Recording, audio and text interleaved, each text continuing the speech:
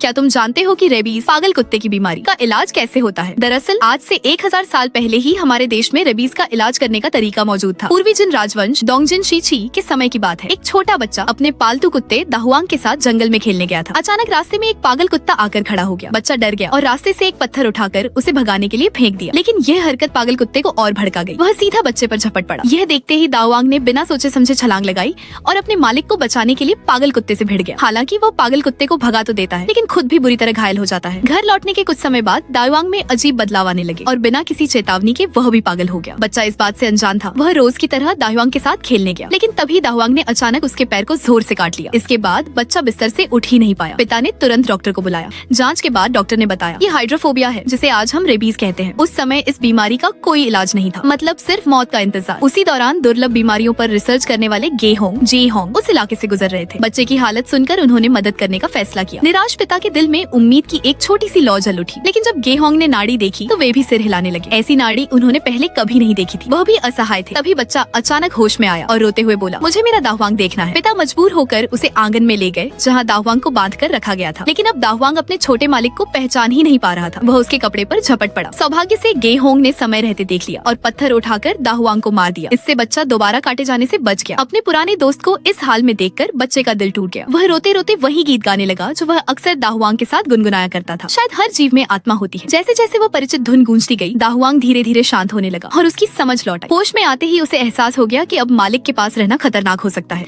वह मानो आसमान की ओर देखकर हंसा, जैसे किसी फैसले को स्वीकार कर रहा हो, और फिर पूरी ताकत से दीवार की ओर दौड़ पड़ा। एक ही पल में उसका सिर फट गया। ये शायद हजारों सालों से देशी कुत्तों की चली आ रही भावना थी। मालिक की रक्षा, चाहे जान ही क्यों न चली जाए। शायद यह सब किस्मत में लिखा था। दाहुआंग का थोड़ा सा दिमाग सीधा बच्चे के घाव पर जा गिरा। कुछ दिनों बाद एक चमत्कार हुआ। जिस बच्चे को बीमार पड़ जाना चाहिए था, वह बिल्कुल ठीक रहने लगा। यहाँ तक कि घाव पर पपड़ी भी जमने लगी। तभी सब समझ में आया। इसे कहते हैं झर से झर का इलाज। पागल कुत्ते के दिमाग में भी वही झर मौजूद था, जिससे घाव जल्दी जम गया। इसके बाद गे होंग ने दाहुआंग का दिमाग इकट्ठा किया और कई बार बच्चे के घाव पर लगाया। कुछ ही दिनों में बच्चा पूरी तरह ठीक हो गया। गाँव वाले गे होंग की काबिलियत देखकर उन्हें देवता समान वैद्य कहने लगे। गे होंग ने कहा, खुशकिस्मती से बीमारी अभी शुरुआती दौर में थी। अगर पूरी तरह फैल जाती तो मैं भी कुछ नहीं कर पाता। इस तरह गे होंग द्वारा अपनाया गया यह तरीका इम्यूनिटी प्रतिरक्षा के सिद्धांत से जुड़ा था और यह ज्ञान विदेशों से सैकड़ों साल पहले ही हमारे देश में मौजूद था।